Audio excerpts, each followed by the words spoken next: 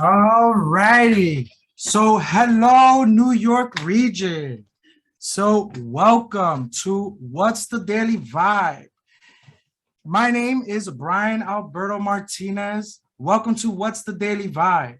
Today, we're taking a journey into the lives of three successful healthcare leaders: Samantha Giovinazzo, talent acquisition from Atlantic Health System; Ajla Isanovic, a registered nurse from Upstate Golisano Children's Hospital; and Dr. April Castillo, a medical doctor from Stony Brook University Hospital, currently pursuing her master's in public health. If everybody would please say hi to everyone. What's up? If you may please say what's up. All right. So today we're going to learn about, some good vibes. I know you could all agree that we all like good vibes. The thing that makes us human is memories. What makes them so valuable is that we can utilize previous successes and failures to our advantage. So please don't feel bad for a bit of confusion or stress in your journey, because it is a marathon. And What's the Daily Vibe is a part of that marathon. And our three guests are here to toss you an alley-oop. So, who am I? I began my journey as a licensed practical nurse during my senior year at Central Islip High School. At 19 years old, I passed my NCLEX and began working as a licensed professional nurse, gaining experience within world-renowned institutions like Hospital for Special Surgery and Stony Brook Hospital. Currently, I am attending Adelphi University's nursing program, thanks to PTK. And with my experience, I was fortunate to learn that good luck comes to those with consistency. And the minor influences in our lives prepare us for what we can face or what more we can do.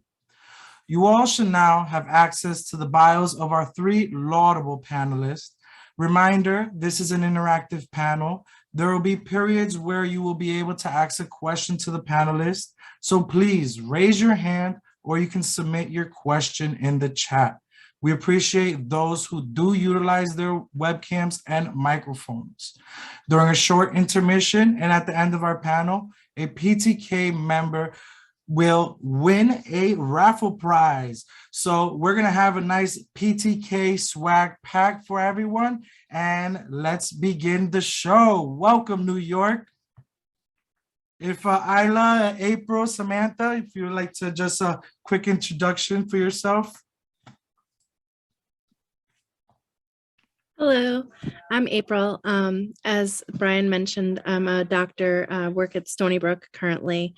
I started out actually in EMS. So I know he mentioned he started out as an LPN. I originally rode the ambulance at Bayshore Ambulance, decided I wanted to go to medical school, went to med school at Mount Sinai in New York City, and originally went into anesthesia. I wasn't happy in anesthesia, so it took a little bit of time to find what I actually wanted to do with my life. And now I'm doing preventive medicine at Stony Brook, and I'm also getting an MPH or Master's of Public Health at night.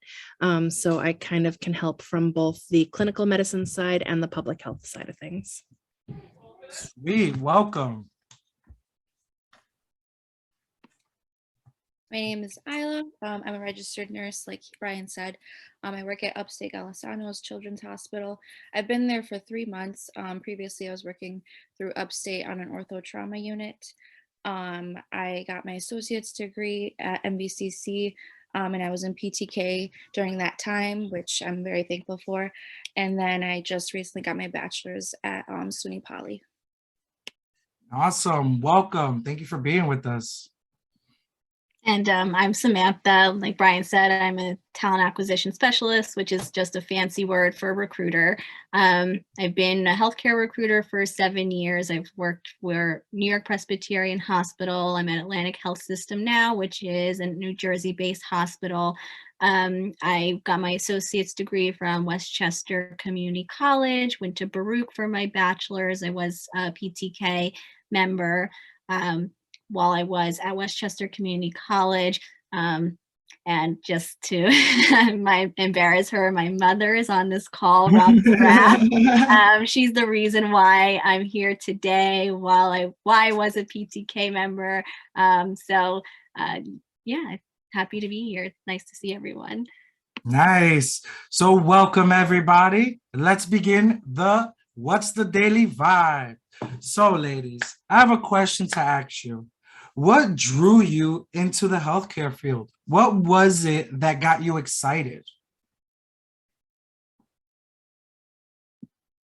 I can go first. I think mine will probably be the shortest answer. So I first started with thinking I wanted to be in psychology, quickly realized that that wasn't for me, through PTK actually, because I took, I forget the name of the test, but based on your personality, gives you an example of jobs that are good fit for you based on your personality. So I decided to transition into human resources. I did internship for a staffing agency where I got to do recruiting for a hedge fund and for healthcare. And then just the hedge fund side was just too superficial for me. I didn't like it. And I liked being involved, even though I wasn't directly providing care hands-on to the patient. I was bringing in the people that were going to provide high quality care to patients. So, and that's kind of how I got here. And I'm really happy that I took this That's route. definitely interesting because it's almost like fantasy football.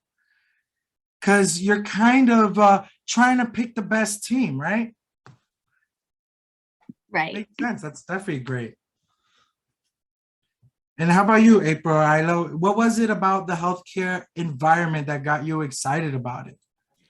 So this is going to sound funny to get started. What really got me started in healthcare was peer pressure. All my friends were doing it, and so I just started too. So when I was young, all my friends were doing the ambulance had a youth corps, and all my friends were doing that and competing, and I loved competing and I liked hanging out with my friends, so I started competing with them. And the thing is that I'm very competitive, and we always won states, and so I got really into it. And then I started learning and riding the ambulance, and I just loved everything about it. I loved helping people on their worst day. I loved learning the science of it. I loved seeing something different, every job. And so that's how I got more and more involved. And then the same thing with the kind of peer pressure. All my college roommates were going to med school. And I said, well, I love what I'm doing in medicine now. I was really interested in science and math. And I couldn't really decide on one specific thing that I wanted to do with the rest of my life. Like I didn't want to just do biology or just do chemistry or just do math. So it combined all of my interests and what I was already doing.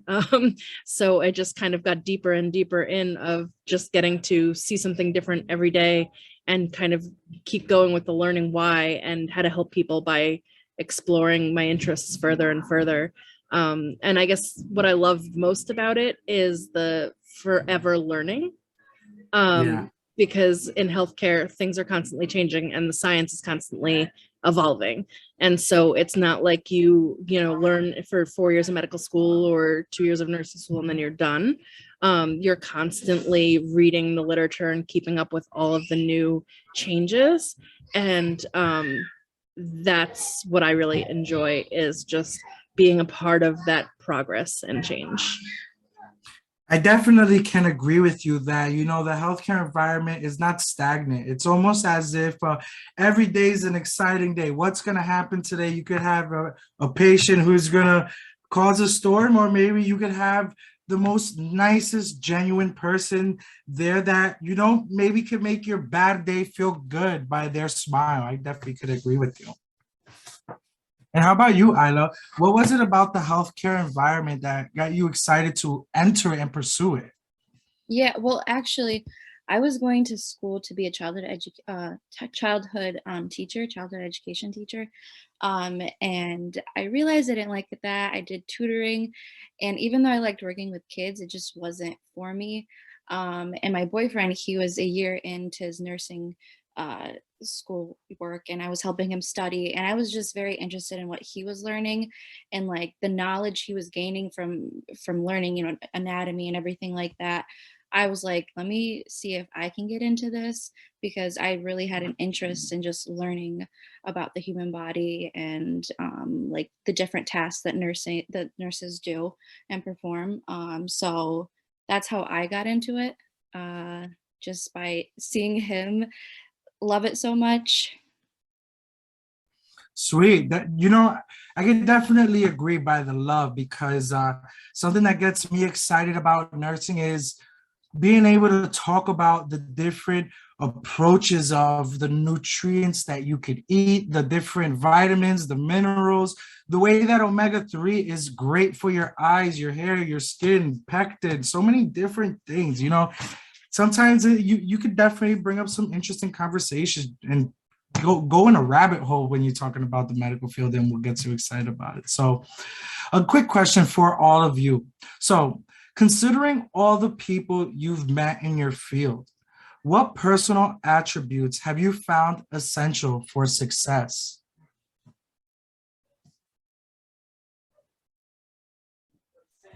So as far as physicians, I think the single most important one is being accountable.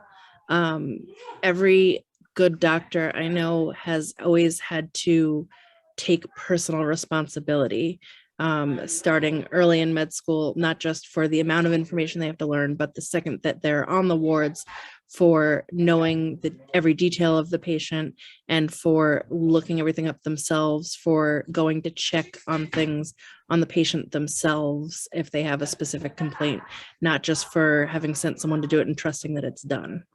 So I think accountability is the number one between being a good physician or, believing that something was done and finding out there was a problem later. I definitely could agree, because you definitely don't want to get in trouble for someone else's mistake. That's something that I've learned in nursing. You want to do things yourself. If there's a patient that's that you're signed in to take care of for that day. So definitely accountability and not throwing tasks to the next person. Don't expect someone else to do your job for you. Sweet. And what about Samantha and Isla? What characteristics or what people have you met while working have you found, contributed to their success? It's very similar to April's answer. It's just people who aren't afraid to speak up, even when it's a difficult conversation or an opinion that may not be the most favorable or the most common opinion. You kind of have to just be brave and have your own voice and have confidence and be professional in what you're saying. Too, that's also really important and goes a long way. I think sometimes, especially in healthcare, with everything that people deal with on a daily basis, like it's very easy to get frustrated and stressed and overwhelmed. And sometimes like you don't communicate your thoughts in the best way.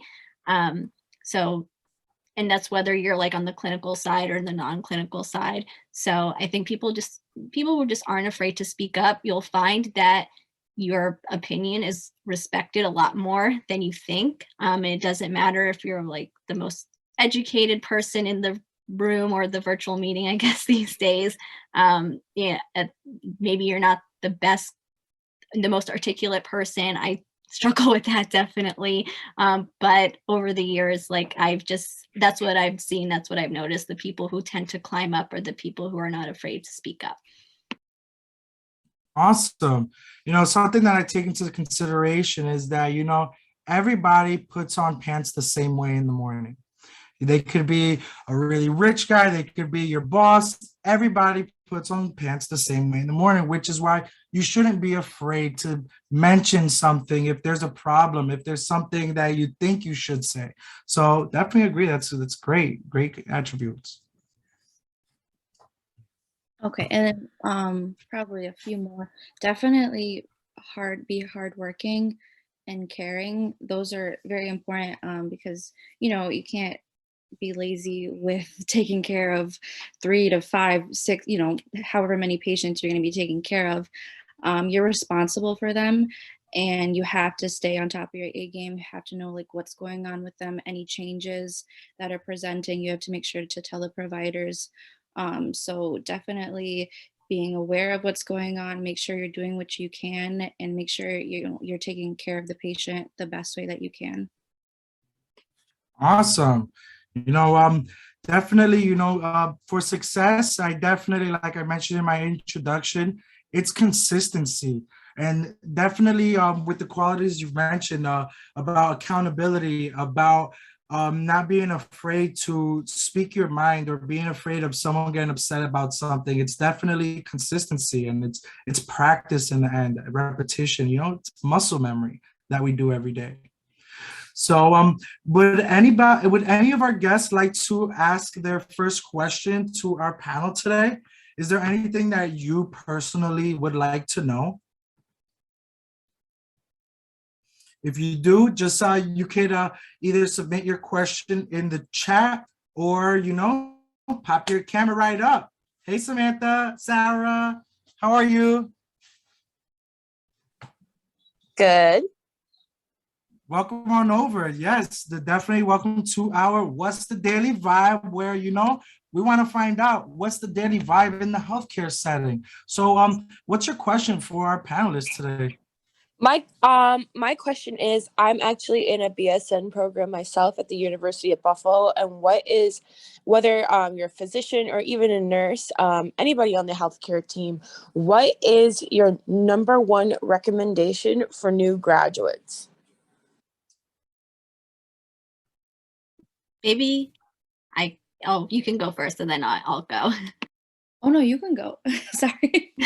It's okay. I was just going to say, just because I get this question a lot when recruiting from new grads. And I think the best thing that you can do is know what you want to do. I know that can be hard to figure out. You sometimes are limited to what clinical rotations you can do. But if you can kind of figure out early on what specialty you want to be in, I think that will help a lot, because sometimes what happens is recruiters will see nurses like applying to like over 100 different jobs, and we know you're really eager to get started in your career, but when you're applying to so many different units, it can sometimes send the wrong message. So you want to just be mindful of that. Try to explore clinical rotations also in areas that maybe aren't just readily available. Like, try to explore perioperative nursing. I know that's something that's not normally part of a curriculum and clinical rotations for BSN programs or ASN programs, but definitely try to explore that because that can open up a lot of doors for you too. The more specialized, the more in demand those type of nurses can really kind of make it easier for you to get in as a new grad. Also utilizing the resources that are free at your college with the resume, making sure that it's well formatted, concise.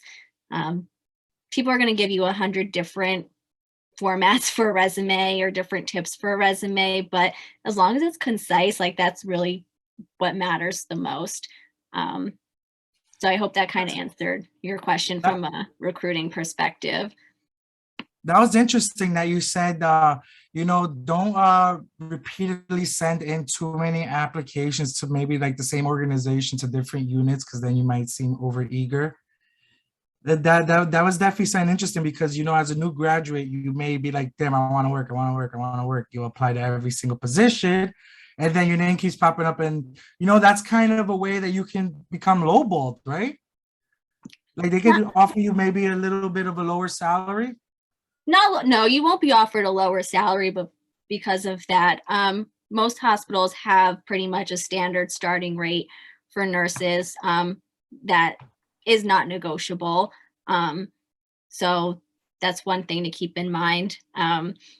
But you should also, just be like, try to just be a little bit careful. And like, if you can get into a residency program, that's great. A lot of hospitals don't offer residency programs.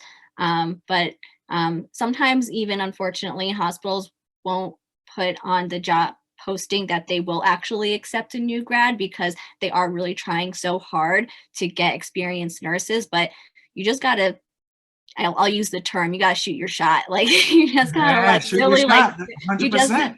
yeah. So you just have to put it out there, try your best, and be patient, because there's so many nurses trying to get into the same jobs. And don't get discouraged, don't lose hope, and it's okay to put in multiple applications. Like, I don't want that to be the message. But you just have to try to narrow it down to like a few different specific areas. So Interesting. Isla and April, would you like to add on anything to that, or?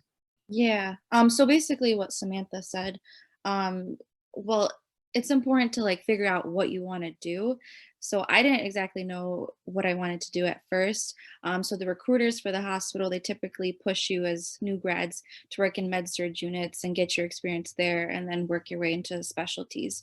But I didn't know that you could start as a new grad on a pediatric unit, which that's something that they don't normally tell you.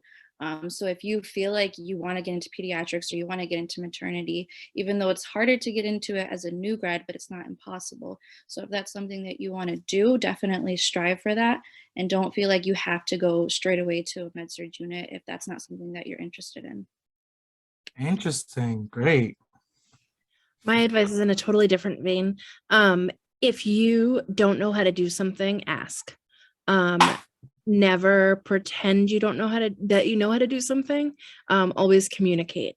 I have had new people, I've asked, can you go do this EKG? And they say, okay, and they walk away. And then they're gone. I'm dealing with another patient. I'm not thinking about it. And they're gone for 45 minutes. And it turns out they didn't know how to connect the EKG machine. And meanwhile, the patient was having, a heart attack, and I didn't have an EKG in hand because they couldn't figure out how to work the machine. And they could have just said, I don't know how to do that. But instead they walked away confidently saying they could, and didn't come to me when they couldn't figure it out.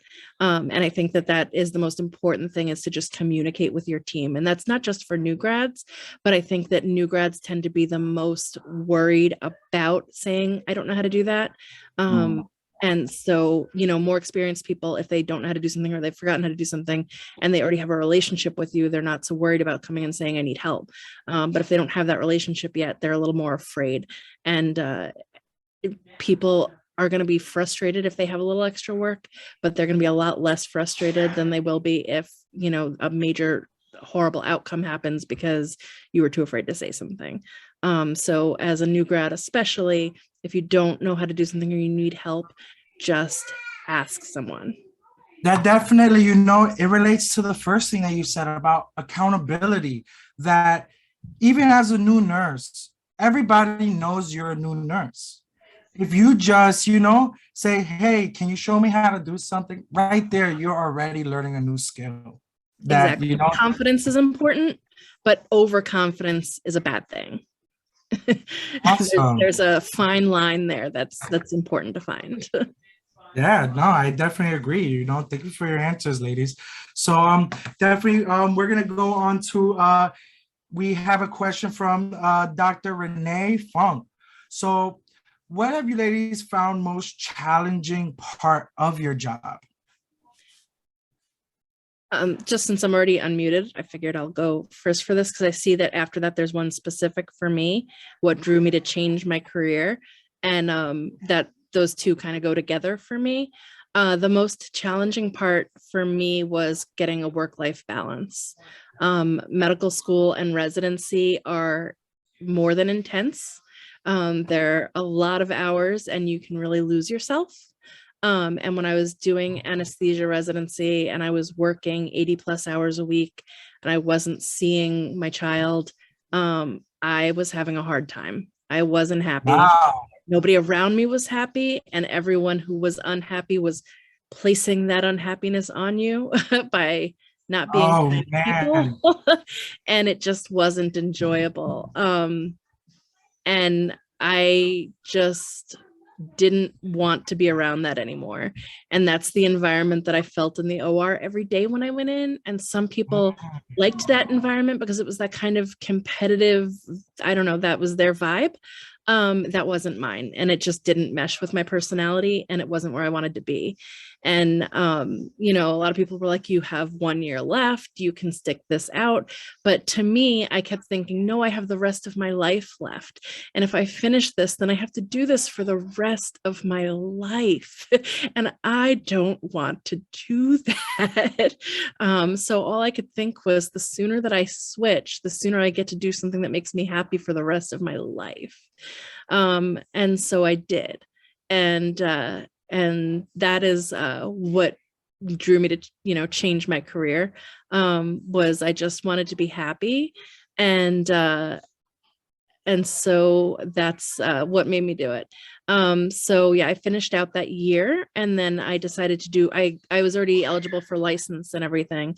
So I got my license and I did urgent care so that I could take the time to really think about what I wanted to do with the rest of my life. Wow, that, you know what I I'm missed my thinking of? husband too. I'm sorry, I didn't say that. I missed my entire family. But my child is the one that called me and said I hadn't seen him in a week. My husband never called me and said that.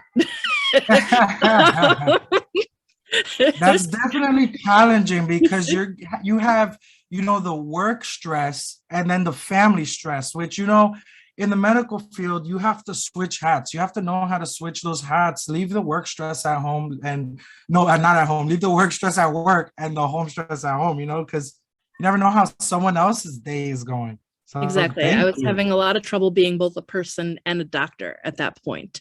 And that was my real challenge. And so I left, I did urgent care, and urgent care was great for that, for being a doctor while you're at work and leaving, and you don't have patients that are your patients. You know, once you leave, they don't know you, you don't know them, like you don't see those people again, you know. And so it wasn't such a, you know, the hours were long, but once I was home, and my days off, I was off, and I could spend at home with my family, including my husband. And awesome. and I took some time to have kids, and like I said, really spend time figuring out what I wanted to do and be sure, because I figured if I was going to make any more changes, it was going to be the last time.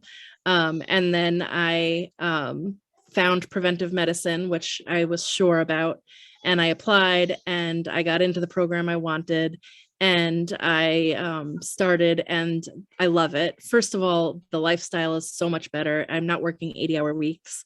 It's you know, 8:30 to 4:30, Monday to Friday, holidays off, like that type of lifestyle, which is fantastic for me, because I get to see my kids and I get to put them to bed at night, and I get to spend the weekend with them, and I don't have to fight with people to have Christmas off or Thanksgiving off. I just have them off. Right? By seniority. God damn it. You were only here 2 weeks before me. So it's fantastic, and I love that about it. But it's not just that. I actually like what I'm doing, and I find it interesting, and I don't mind when I have extra work to do, and I actually find extra projects to do because I find them interesting. So, you know, it's I found a work-life balance where I get to see my family and I enjoy what I'm doing. So that was why I chose to change it. But the most challenging part of my job was all those years where I didn't feel like I got to be a person. Like that. Isla or Samantha, would you like to add on that? What did you find most challenging entering your career?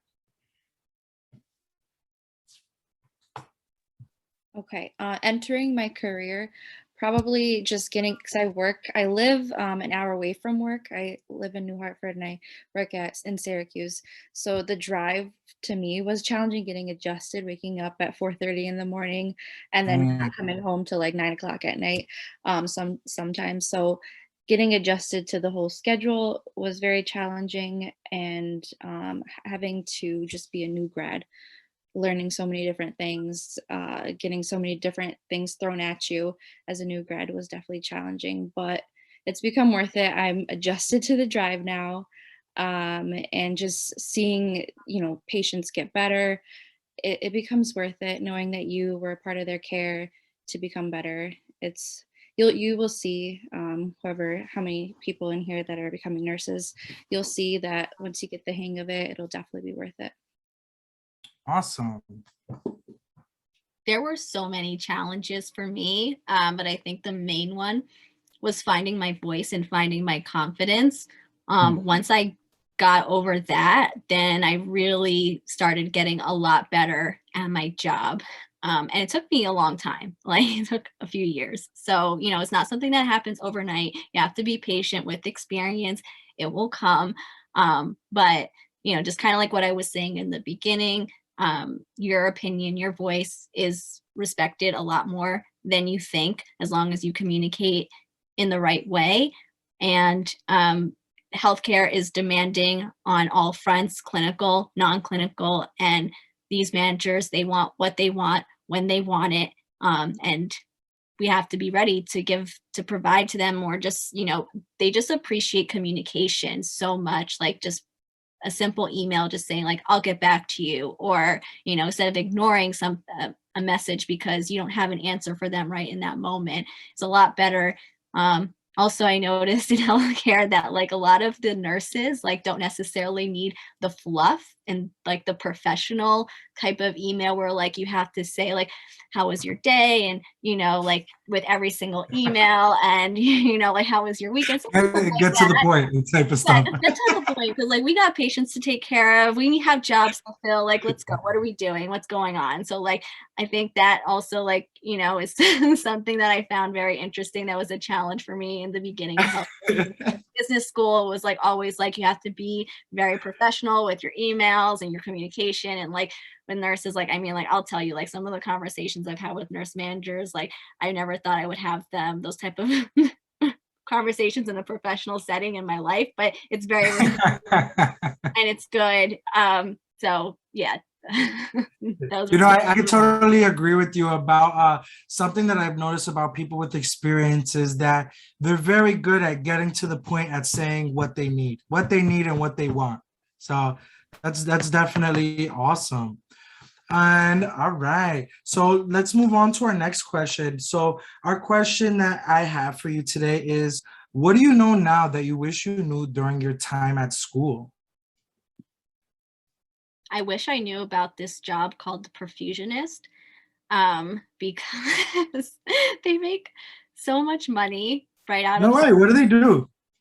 So basically, it's you go to school for a master's degree in cardiovascular profession, and what they do is they run the heart-lung machine. So if you're having a heart surgery and they basically like your heart has to be stopped, they're making sure that the blood is still being run through your tissues. I mean, April could probably I see. It's like life support. Basically like making sure that like your tissues stay oxygenated and there's blood flow still going to your tissues while your heart is stopped during surgery. They make very good money right out of school, and you only need a master's degree. So I wish I knew that, because I probably would have gone to school for that. Wow, you know, that's definitely really awesome. That's awesome. So before I let Isla and April go, you know, to add on to that, I just wanted to, you know, do a quick raffle for our guests that are here. All right, so we'll do our first raffle. And Liz, do you by chance have the website open that for the wheel? There we go. I do. I think I have Sweet. on it. All right. All right. Winner, chicken dinner. What's the daily vibe?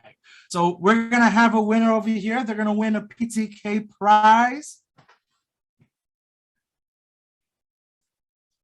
Uh-oh. So we have a winner. And is this Dennis or Denise? I'd say probably Dennis, Denise. right? It's Denise? Mm-hmm. Yes, congratulations, Denise. Thank So you. you have won a awesome PTK t-shirt from the PTK store. All righty. So after this event, you can head on over to the PTK website and pick out your favorite shirt and just send me a screenshot of the one that you want and your size, and we'll have it mailed right over to you. You're the winner, and congratulations. Well, thank you. Yes. Make sure you also include your mailing address, okay? in the screenshot that you send. I'll include my email to you. All righty. So back to our What's the Daily Vibe? Welcome back from our short intermission. We had an awesome winner getting some PTK swag. All right. So now for Isla and April, what I wanted to know is, what do you know now that you wish you knew during your time at school? So I think the number one thing that I wish I had known while I was applying to med schools was really more about loan repayment, and how long it was going to take. And I likely would have chosen a different medical school. For medical school, it really doesn't matter that much where you go. Accredited medical schools in the United States are all going to teach you the same thing, and they're all really good. If you're looking to be, the chair of the cardiology department at Cornell, maybe it matters where you go. But if you are looking to be a physician who knows their stuff and treat patients, then really you can go just about anywhere.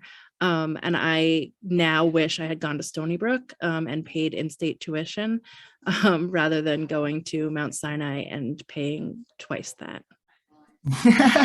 No, I definitely agree with that. It's definitely something that you kind of learn after when, you start learning the different terms, where you're like, oh crap, I guess that APR, fluctuates with the years.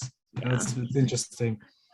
How about you, I Ida? wanted to live in the city, and I, was into things like rank, and, I had gone to a top undergrad and I wanted to go to a top medical school, and I didn't realize that I already had the name from, one school, and you really don't need it from every school you go to.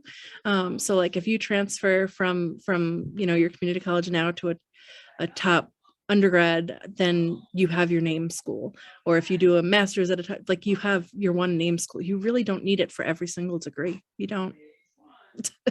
Interesting. A lot of people like to, they kind of stay stuck on, I gotta go to this school, I gotta go to this school, I gotta go to this school. And then if they don't get accepted to that school, you can feel distraught. You can feel a little bit like, what's my identity? This is who I thought I was going to be this whole time, where, sometimes that other route could be what's better for you. There could be better people there to assist you. Awesome. So Isla, what do you know now that you wish you knew before when you entered school? Mine has to do more with like clinicals. So with my clinicals, I definitely lacked confidence. I tried to like avoid doing things as much as I could. But I feel like now what I know, looking back, I wish I asked the nurses, hey, can you show me how to do this? Or got into things that like the doctor was performing a procedure at the bedside. I wish I was there to watch and observe. I kind of like stayed in a corner just looking up the patients, didn't want to really put myself out there. But I feel like now looking back and seeing that I could have gained so much more experience and so much knowledge just doing that. I feel like definitely take the time in clinicals and put yourself out there and try to see as much as you can and do as much as you can. Awesome. Definitely, that experience it's key, which is why I wanted to put this event together. The experience, just to be able to hear these stories from other people's experience, you're able to adjust your own approaches. That's awesome. Thank you. So, would any of our guests like to ask a question? Do you have a question for our panelists today? As you know, this is an interactive panel. You can turn on your microphone, you can turn on your camera, and or you could just type it right into the text box. So I actually have a question for Samantha that I think might help everyone. When you are looking for applicants, what are things that you either look for or things that kind of immediately make you discard an application? Ooh, good one. Yeah, that's right. A really good question. Thank you. So you want to think about like the order of your resume. So if you have any credentials, you want to put that at the top next to your name in addition to your degree. You want to put your education, because it's very true what they say, like a recruiter is looking at a resume initially for like 2 point something seconds and like looking very quickly for like key things. And if we don't see it, then we're going to skip on to the next. But if we see it, then we're going to spend more than that Oh, wow. like looking at the resume. So you have to be really considerate about how it's outlined. So then you like definitely want to have your education, because first and foremost, like we're trying to make sure that you at least meet the minimum requirements for the job, which is always going to be certification, licensure, education.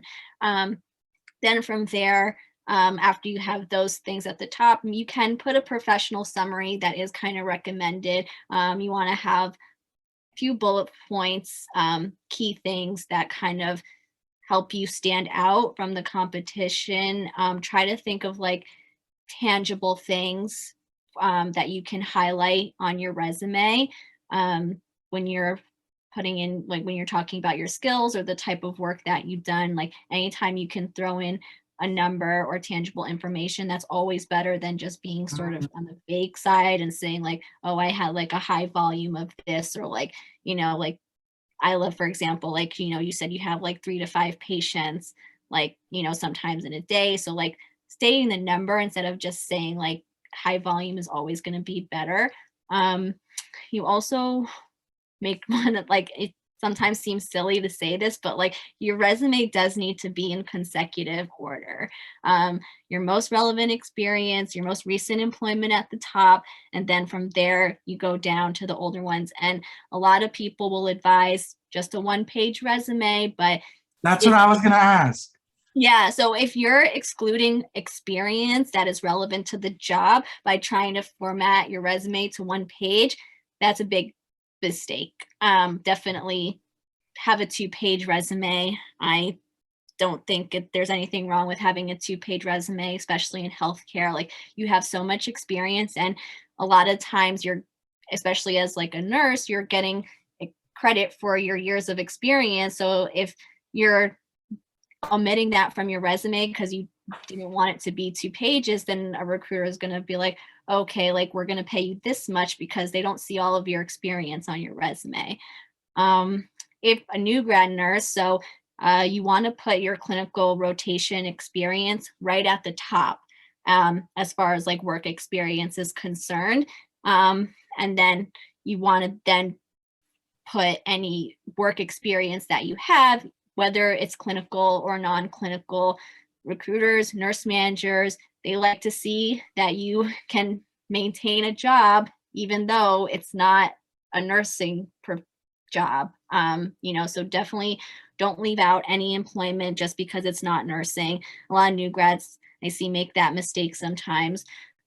Volunteer experience is always great. A lot of hospitals like to see people who are involved in community service or care about the community. That's a very big goal and a very big mission for a lot of hospitals. So if you have that experience, definitely put it on your resume. And a lot of hospitals are trying to get their magnet designation or already have their magnet designation. So if you're a nurse, you want to make sure that, you are showcasing if you were on a unit council committee, if you were part of shared governance. Those are big things. If you are an ASN, associate's degree nurse, but you're pursuing your bachelor's, you don't have it yet, or that same thing goes for like a certification or a license, you don't have it yet, put the anticipated date that you're getting that license, certification, or degree, because if we see it, then we see a date, we'll be like, okay, we know you're going to get it by this time frame, so that'll make you qualified for the position by this date, so we can hire you for the position at this time. So it doesn't omit you from the position, but that's interesting. It almost like, it keeps you in consideration. It's like, okay, they're gonna graduate soon. Maybe, let's see what we could offer, what we could work out. Yeah, and a lot of hospitals have new grad residency programs. Where I work now, we have something called like a higher learner program. So, if we see that you're close to your graduation date, will consider you for those opportunities because, you know, we're looking to fill these hospitals, they want new grads. Like I know sometimes there's a misconception that hospitals don't want to hire new grads. And that's not the case. It's just like there's such limited resources with nurse educators and preceptors to bring on so many new grads at once. So that's why it's important to make sure that like if you're looking for a job for a long time as a new grad nurse, it's not because hospitals don't want to hire new grads. It's just a lot of times they just don't have the resources at that time, but they hire as many new grads as they can. They love new grads because sometimes they love new grads more than experienced nurses because they're more moldable and trainable, and more experienced nurses are kind of stuck in their ways and they're harder to break bad habits. So yeah, sorry, I think I went off a little bit on a tangent, but oh, that's awesome, because you know, a lot of people, you know, they think or they perceive that they could really generate a very good resume, whereas, you know, I've personally have had, you know, a family member say, hey, why is your resume 2 pages? It needs to be 1 page. And I'm like, but I've done so much at this place and this place, I don't want to leave something out that might really catch their eye. That's so interesting. Thank you. That's like reassurance of like, okay, it's okay if it exceeds 1 page. Okay. Yeah, and I know I focused a lot on nursing, but again, like a lot of those points apply to nursing or non-nursing. So Sweet. So I do have a question for all 3 of you. So this question is from Jasmine Abad. So she asks, what has been your best experience in healthcare so far?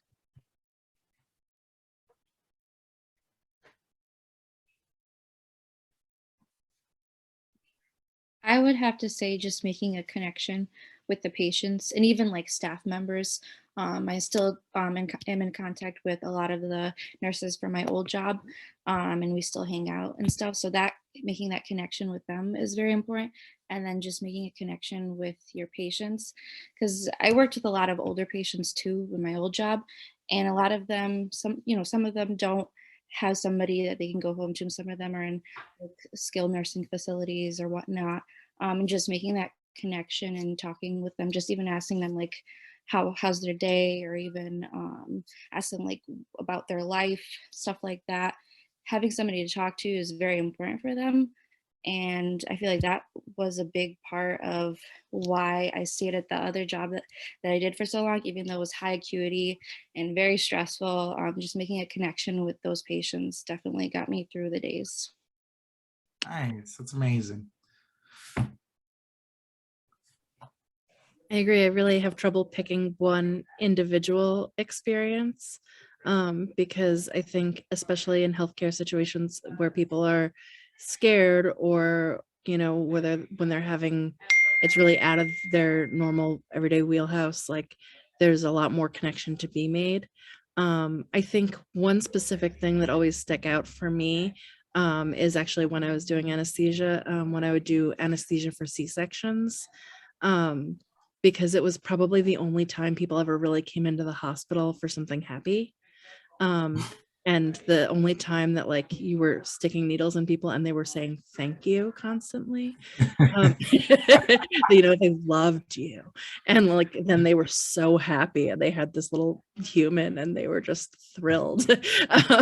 And so it was like always a good day. And I mean, don't get me wrong, you know, there are plenty of OB situations that are not good days, and things that did go wrong.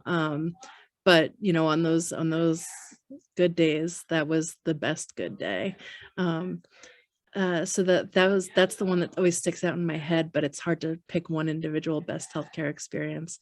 Although I do have to say, I was actually just having a conversation with my husband, and we were just talking about both of us being in new jobs where we're finding a different healthcare culture than we're used to, because we're both in positions where we're getting regular positive feedback. And that's not something that we've experienced a ton of in healthcare. Usually either people say nothing or they point out the negative. But when you're doing well, you get no feedback. And both of us are in positions right now where we're getting regular positive feedback all the time about how great we're doing. And That's It's awesome. I definitely but agree that a good manager matters. Like having a good leader could really change, your days, the outcomes. That's definitely some great advice. How about how about Samantha? What have you found has been your best experience so far as working professionally? Just the relationships that I've built with people over the years. When I left my previous job at NYP, I mean, I still have personal phone numbers and email addresses of like people very high up in the organization that, are just like, please reach out to me if you ever want to come back, please keep in touch. Where I work now, just getting to build those new relationships again. I are working with people who love what they do and are doing something so meaningful and so rewarding. I think that's like the best part of working in healthcare for me. Awesome. That's definitely, some good vibes because this show is called What's the Daily Vibe, where we learn about your daily vibes. How's the day-to-day in your environment? So this has definitely been some helpful and great information. So we're going to move on to our last question before our closing out. So I would like to ask the three of you, how has healthcare changed in the past 5 years? What do you predict will happen in the next 5 to 10 years?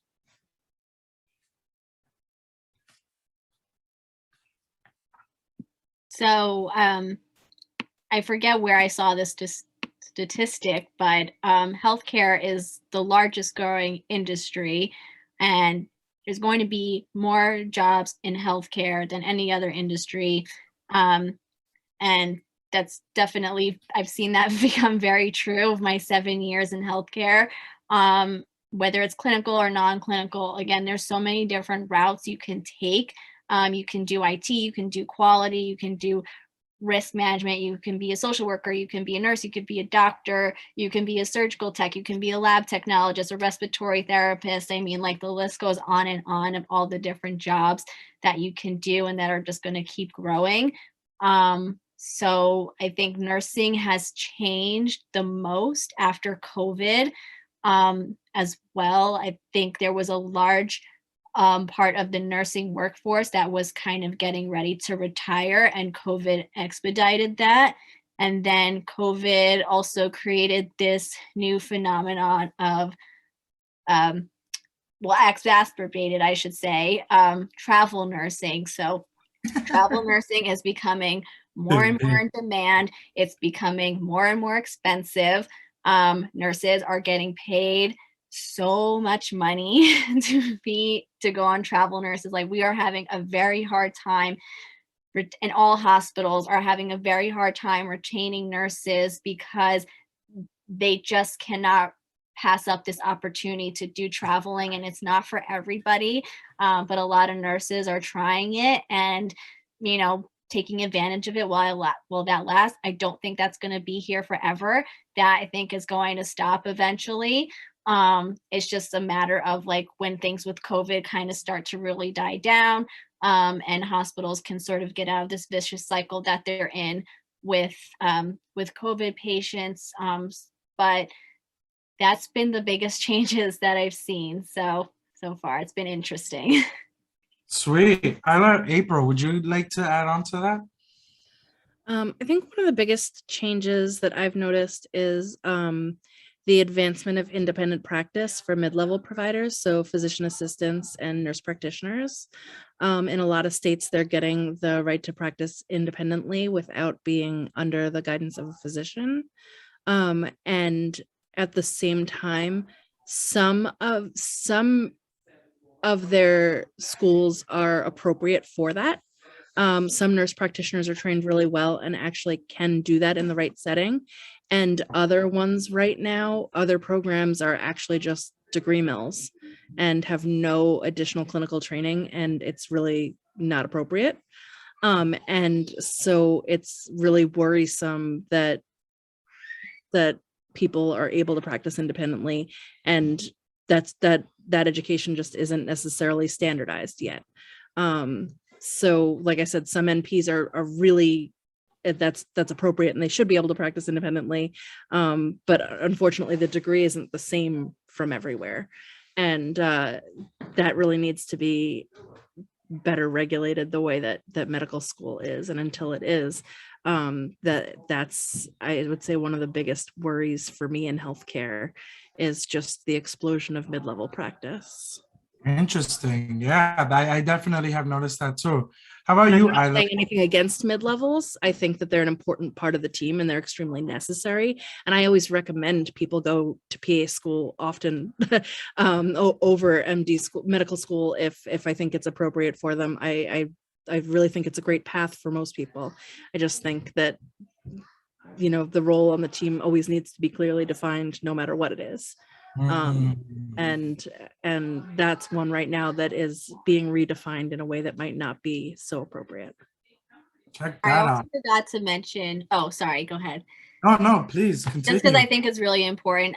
Telemedicine and AI is growing tremendously in healthcare, and it's going to change a lot, the way a lot of jobs work and the way jobs are performed in healthcare. So it's definitely something to keep an eye on, because from different technologies for radiology to surgery, robotics, I mean, it's only going to continue growing. So it'll be interesting to see what happens there. I totally agree with the telehealth, how the mass explosion happened in the middle of COVID. I was working at Stony Brook, and telehealth appointments are now so easy to come by that patients who live far, patients who are close, it's easier to get to them. Even our older population, it's easier for them to see the doctor. They don't have to leave the house. That's definitely, you know, a big change in the shift. So Isla, before we close out the show, in the nursing environment that you're currently in, what have you noticed is a change in the next 5 to 10 years that you could expect or predict? Well, I just have to agree with both Samantha and April. With Samantha, travel nursing has become like a huge thing now. In the last like 4 months or so, we had 4 nurses just on my unit alone leave to go become travelers. So it's definitely blowing up, but it's definitely not looking good for hospitals and for patient safety, in my opinion. So they're definitely gonna have to do something with that, and I predict it's gonna be soon, because the way hospitals are going at this rate, losing so many nurses to traveling, it's not good. And then with April too, the nurse practitioners and PAs, I did hear about like the degree mills. So I agree in that aspect. I don't really have anything more to add. Telehealth is becoming huge too. There's a lot of like nursing careers coming out with telehealth. So be on the lookout for that if you're interested in telehealth nursing. Sweet. I just want to re-emphasize, especially being that this is a career panel for health professions in general, that I am not saying that becoming an NP or a PA is a bad thing. I think that they're, like I said, extremely important members of the healthcare teams. And I think that when used correctly and when, you know, obtained at like a proper like school, they're great degrees and they're very knowledgeable. I've had great education from many NPs, and I've worked with great NPs and PAs, even in ICUs. They can be used in all different fields. It's extremely important. I don't want anyone to get the wrong idea of me saying anything bad against them. I just think in particular, independent practice is not necessarily a good idea, especially just because of, like they said, those specific schools where there are currently schools that are not really regulated well, that are like degree mills online. So April, how would someone know? Like maybe someone is headed toward that path and now they hear your warning and they want to make sure they're headed toward a school that's going to provide a good education for them. How would they know that? Yeah, how could you tell which school is like a degree mill type? So I think some of the most important things are that people used to have to get a lot of years of experience in nursing before they applied to school to become an NP. And now there are people that are getting spots straight out of nursing school with no experience. And that's already a concern to me. If you have no clinical experience at all, and then plan to move on to schooling to that level, that's already a concern to me. But the other thing is, if you are on Facebook or Instagram and you're scrolling, especially because our phones listen to us, right? So right after this conversation, I guarantee you, when you go on Facebook, you will start getting these ads. You will be scrolling and you will get ads for schools that say $3,500 fully online school for your next degree. Oh with yes, I've no seen additional those. clinical hours, where you literally can get an online degree with no clinical hours and you will never have to touch a patient and get a degree to practice independently. And after that, you don't have to do a residency or anything like that with no training. That is what I'm talking about. That is what concerns me. There are people that graduate from that and then can practice independently. And that's what worries me. It's not, NPs or PAs in general that is concerning. It's that the regulation of the degrees hasn't caught up to the level of independent practice that's being allowed. And that's what needs to get on the same page. So until it is, that's a concern in healthcare. Awesome. And just to add what April's saying, the recruiters, if you're trying to get a job at a reputable hospital, like, we know those degree mills, and you will not get a job. If you just went from new grad RN BSN straight to NP with no working experience, we've seen it happen where, like, they think they're going to get more money right away, and it's not going to happen. So better to take the right path, the right approach, get some clinical experience, a few years, go to the right schools, because in the end, again, if you're not trying to get a job with a reputable place, it's not going to pay off. Exactly. On the other hand, like, my aunt worked as an RN for years and then went to got her NP, and she did everything through, like, the SUNY system, and she was at Stony Brook and Downstate, and she works in the cardiothoracic ICU as an NP, and she makes a great living, and she's very well educated, and she's an important part of the ICU team. And I would trust her with any patient because, she has that level of education, and it's a very different thing than doing, 2 years of paying an online school $3,500 and maybe taking a couple classes. So that's all I was trying to say. Louis, did you have something that you wanted to ask?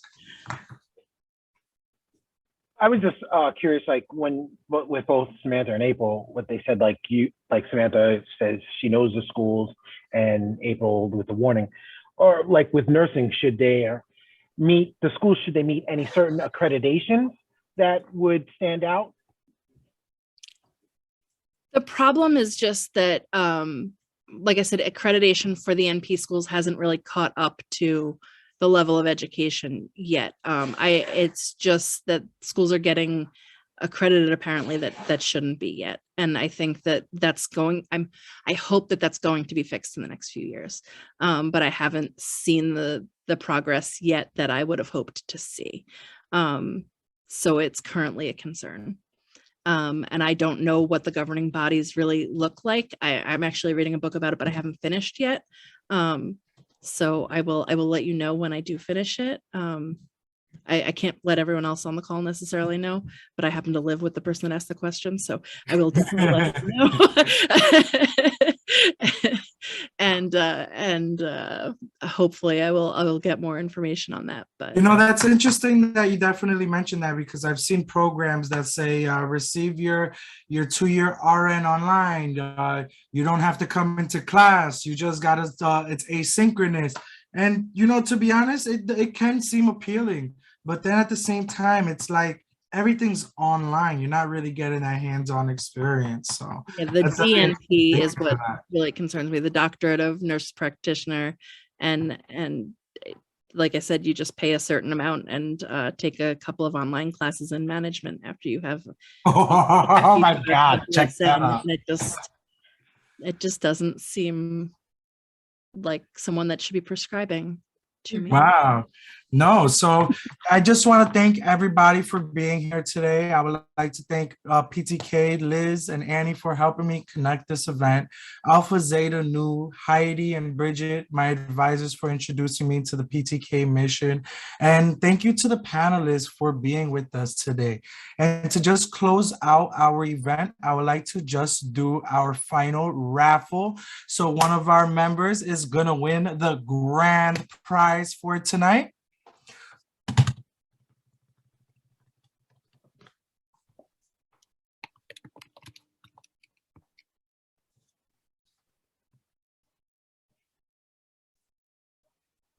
Ooh, did we spin already? All right, I don't know your name, but whoever signed in is the iPhone 13 Pro Max. Congratulations. You're the winner. So iPhone 13 Pro Max. So please, I'm going to email you my email. Go onto the PTK website and check out a sweater that you like. You can pick a sweater out from our website. I definitely saw there's some nice embroidered ones on there, and you definitely enjoy it. And I hope everyone has a great night and a beautiful rest of their week.